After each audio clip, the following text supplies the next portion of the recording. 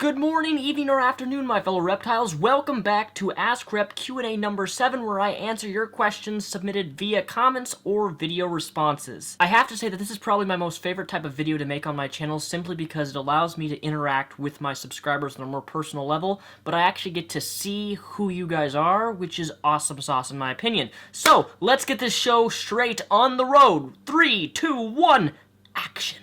Hi Daniel, my name is Gia, and my question is, as an atheist, do you feel obligated to prove to people that you're a good person? Since the biggest misconception in society is that atheists have no morals. I'd like to hear your take on that. Thanks. Do I feel the need to prove to people that I am a good person? Short answer, no. Long answer, yes. More specifically, when dealing with certain people, like religious folks, who seem to think that because I'm an atheist, therefore I have no morality, and that I am automatically depressed, and I have all of these problems with me, I hate who I am, I'm bitter, I'm angry, but most of all, that I cannot have qualities such as kindness, patience, love, and mercy, and I can't serve other people as well as a Christian would serve someone else, because somehow, because I don't have Jesus in my life, that detracts from my ability to be able to serve and help and love and care for other people. And you and me, you and my viewers know that that's a load of horseshit. I don't need to believe in God in order to be a good person. I don't need to believe in the Bible. I don't need to be religious in order to do the exact same things that a religious person or a Christian can do. And here's the thing. At the end of May, I am leaving for Africa for 2 weeks. I am doing that because I want to help those people who are less fortunate than me and build wells and houses for them because of the earthquake that recently happened there a few months ago. I am doing that because I want to do it. See, if you look to a religious person, their religious books tells them that if they don't serve people, if they don't be kind to people, if they don't tolerate people, if they don't do certain things, then they're not going to go to heaven and have eternal rewards. So I would actually try to reverse it, that the Christian is not being a good person. Now, I'm not going to generalize every religious person, but I would say I think a very high percentage of people who go out and reach other people and, are kind to them and be nice to them and be patient with them, those religious folks who do that are simply doing that because that's what their holy book commands them to do. Question, are you really being a good person because you want to be a good person, or because your book tells you to do it, and if you don't do it, you're going to go to hell? Mr. Repsion, I have what could quite possibly be the most important question of your lifetime. One moment. Rebellion or empire? Hey Repsion, what's up? I've got a question for you. What is your favorite game of all time? It would be a very big debate between Nintendo 64, Ocarina of Time, versus Half-Life 2 on the PC. Those are my two favorite games of all time. Which one is better? I can't tell you. I like them both equally. Those are my two favorite games of all time. Ocarina of Time and Half-Life 2. I want to ask you this, Mr. Repsion. What movie was the worst thing you've ever seen? The worst movie I have ever seen? Battlefield Earth. Hey Daniel, where do you see yourself in 5 years, not just on YouTube or professionally? Do you have any long-term career goals that you're trying to achieve? Also, what's your take on online dating? You talk a lot about relationships in your videos, but I don't think you've ever covered that specifically. Where do I picture myself in 5 years? Well, I'd be 26 years old, and I'll be completely honest, I don't know. I have no idea what I want to do with my life. I don't know what I want to do for career choices. For those of you who don't know, and maybe you're new to my channel, I originally wanted to become a cop. I have 2 years out of college out of the way, studied specifically in criminal justice. I took 200, 300 level classes in criminal justice, passed them all. I did an internship at my local police department for several months. That was an amazing experience, but I don't know, after I came out of the internship and after I actually was in the cop cars, worked with police officers, got to see people, one of the scenes that I was actually in, a guy was run over by a girl, supposedly her ex-girlfriend, ran over her boyfriend's best friend, ran him over, or he jumped on the car and as a prank, and she managed to run him over and fractured his entire rib cage. That was a very interesting on-scene experience that I got to witness. Obviously, I couldn't, participate because I'm not a police officer, but I got to watch all the interactions, all the interviews, and everything that happened. But after I got out of the internship of policing, it just... I don't really know how to describe it. It wasn't what I thought it was going to be. Being a cop is not only a difficult job, which I can do a difficult job, but it's not... I'm not interested in all the countless hundreds of hours of paperwork you have to file. Like, that's like the biggest turn on of me being a police officer was constant paperwork and writing every single night, everything you do every day, and I'm just not I wasn't interested in it. So I lost interest in my policing career. Although I have the majority of all my college area and college credits, I've been towards criminal justice. Now, in terms of online dating, I haven't had any success with it yet. I do have quite a few online dating profiles, which I rarely, if ever, use. I usually only log on when I get an email saying someone sent you a message, and usually when I open the message, it's like the letter "You are cute," or "You're hot," or "Hi." And I'm like, oh my goodness. If you're going to send me a message on an online dating site, at least put a little bit of thought processing and thinking in the message before you send it to me, because I'm not going to reply to things like that. So in terms of online dating, it works for some people. I know quite a few people who I know personally who have actually gotten married. I just went to a wedding a few weeks ago they met through christianmingle.com. When I was a Christian, I actually had a dating profile at christianmingle.com. I was determined that I was going to find my wife or girlfriend at christianmingle.com. You know, online dating works for a lot of people. I haven't had any success with it yet. I'm not going to say it doesn't work, because from what I've seen, it does. But if I could, I would advise people who want to do online dating, do not use a website in which you have to pay money for. I did that once, and it was a waste of time and a waste of money, and they usually rip you off $25 a freaking month in order to have certain matchups and have the website match you up with other people. Do not pay, I stress, do not pay for online dating. Use a website like OkCupid or other dating websites which are completely free, and you have better success using a website that's free versus a website that you have to pay for and take money out of your pocketbook. It's not worth it. Hey Daniel, if you could be a woman for a day, what would you do? I'd play with these all day long, and I would masturbate all day long. I mean, after all, you can have multiple orgasms, one right after the other. I mean, like, seconds after having one, you could have another and another and another. That's awesome, in my opinion. Hello, Mr. Epsilon. So, my question for you is, what is your opinion on gamer girls? Now, if you don't know what I'm talking about, here's an example.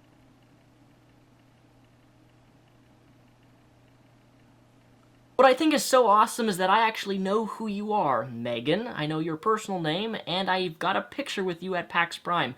It's interesting because this is the first subscriber I've actually ever made a video response to who I've actually met, as in real life. She came down from Canada to PAX Prime West in Seattle, which was awesome, and I got to meet her, and she was dressed cosplaying as a pyro from the Team Fortress 2.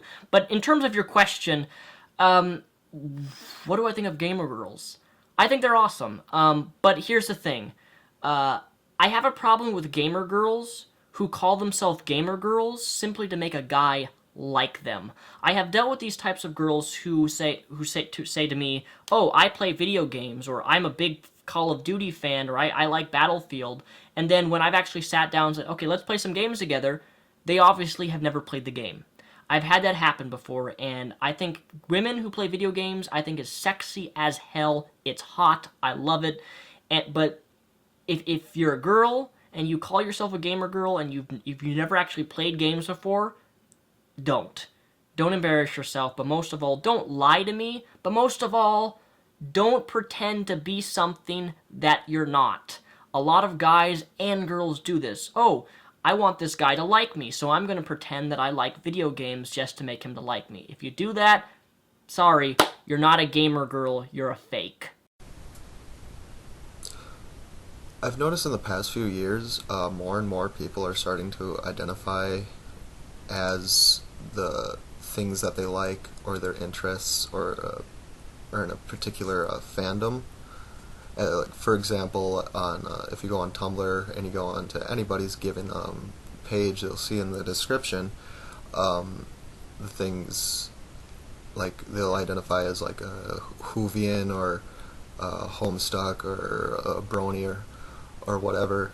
And I was wondering what your thoughts are on this idea that the things that people like are now becoming their personal identity. And I was curious as to what your thoughts were, seeing as you're very much into comic books. I am a big supporter of finding one's identity, most of all, one's individuality. And I believe that people who associate themselves with like Gryffindor, Slytherin, Star Wars fan, Star Wars fanatic, Whoville or Whovian from people who watch Doctor Who, I think it's awesome. And I encourage people to discover their likes, interests, personalities, and the things that make them them.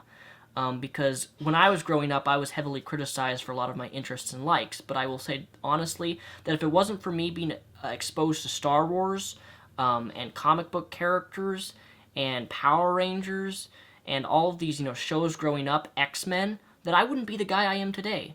I love comics. I classify myself as a geek, and I'm not saying this as a label, I'm saying it as a lifestyle. I'm a geek, and I identify with the entire area and culture of being a geek because that's how I grew up. I grew up being exposed to these things who shaped who I am today. Believe it or not, if it wasn't for Star Wars, I would not be the same person I am right now. From Star Wars. Yes, Star Wars helped me grow as a person. It helped me use my imagination and my creativity, and it helped me get through difficult patches of my life.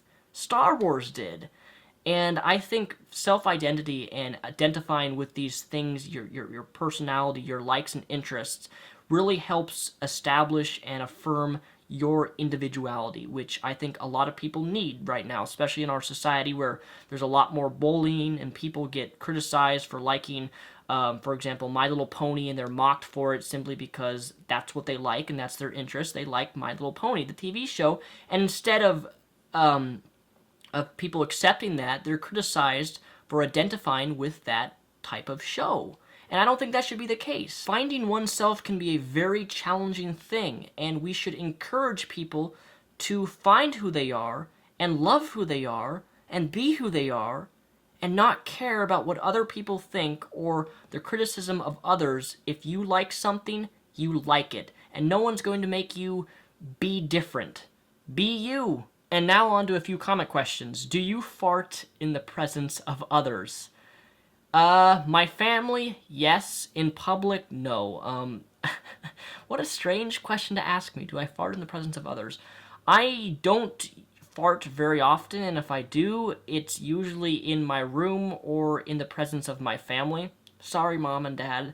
I fart a lot at the dinner table. In fact, my family is we're all attuned to our bodily functions and think it's quite humorous when we're eating dinner and all of a sudden I let one rip, or my dad or my mom lets one rip on the wooden chairs. It's actually quite interesting because in my family we joke around about different fart noises. For some reason, all the females in my family, when they fart, it sounds like a tugboat, like this kind of. And like compared to my brother or me or my dad, it's like. I'm not sure why I'm telling you this, but I'm just saying. It's interesting how people in our family distinguish different farts based upon our genders. But no, I typically do not fart in the presence of other people. Hey, now that you've left religion, how do you feel about waiting to get married before having sex? Is that still something you want to do, or do you feel more like what happens, happens? What's your thoughts around that? Fantastic question. Now that I'm no longer religious, now that I've cut all the strings to all my religious ties and I want nothing to do with any sort of religious convictions, I'm perfectly fine having sex before marriage. In fact, I would hope that whoever my future girlfriend is would want to have sex before marriage. I'm not against saving myself for marriage. However, I would prefer to have sex before marriage just because I can't really give a reason, but I'll be honest, I don't want to wait till I'm married, however long that is, right now, in order to have sex. I would rather have sex with a girl who I've gotten to know and I love and care for her and she loves and cares for me and we have sex. And I think anyone holding off from having sex for religious reasons only is stupid. I'm not saying that if you want to save yourself for marriage, that's stupid. I'm saying that if you hold yourself for marriage because of religion and fear of going to hell, yeah, that's pretty lame and that's pretty dumb. And the final question, what is my view on long-distance relationships? As I answered earlier regarding online dating, it's, for some it works and for some it doesn't. I'm one of those people who I cannot be in a long-distance relationship. In fact, I'm not even willing to try. I don't care how beautiful the girl is, how much I like her, how much she likes me. I can't do a long-distance relationship. Now, when I say long-distance, what I mean, I don't mean like an hour drive. I mean like, several thousand miles away where I'd have to travel by plane in order to see her. I can't do a long-distance relationship like that. I'm a very intimate person. I like to be physical with someone I care about, and I just need to be with them and physically with them and spend time with them. Not a whole lot, but I need to be around them. I need to be in their presence. I need to be able to look in their eyes and talk with them, sit down with them, hold their hand, watch a movie together. And I know some people are able to do long-distance relationships. I personally am not. And if you can do long-distance relationships, kudos on you. You have a lot more strength than I do. But I'm one of these, I have to be able to physically interact with the person, and I don't believe Skype. I know it's virtual, but I don't think virtual Skyping sex or whatever people do virtually for the long distance relationships, I don't like that. I don't like typing instant messages back to one another, and I don't like having via strictly online communication. I think it's really destructive to a lot of relationships that are happening nowadays, especially Facebook, when you start a dating relationship, and I think Facebook creates a lot of relationship problems between couples, especially specifically if it's long distance, when other girls and guys comment on different statuses who may or may like them, and just it creates a lot of crazy stuff. And I'm not interested in long distance relationships, but if you're interested in it and you can do it, awesome on you. So that summarizes this episode of Ask Rep Q&A number 7. Now, I do realize that I did not answer all of the video responses that were submitted. I will answer more of those in my next Ask Rep Q&A number 8. But until then, please ask me any question you want. I don't care what it is, what it entails, down below in the description. And as always, if you submit a video response to this video asking me a question, that will get priority over the comments. First things first, though, I just would like to mention is that if you're going to submit a video response, please show me your face, show me who you are. I had a lot of people submit videos of just random text in a video format or whatever, or just video gameplay and they're talking over commentary. I want to see you guys. That's the goal of the video responses. I want to interact. I want to see what you guys look like, because it's boring for me to sit in front of a camera all the time and just talk and talk and talk and talk. And through making Ask Rep Q&A videos, I can actually get to see who you guys are. I can see and interact with you, and I feel like I'm a lot more personal with you if you guys actually show me who you are. Now, I realize not everybody's comfortable showing their face, and that's perfectly fine. If you're not comfortable showing your face in a video, by all means, ask a comment down below, and it may be featured in my next video. Until then, my name is Mr. Repsion, also known as Daniel Sulzbach. Thank you guys for watching, and peace the rep out.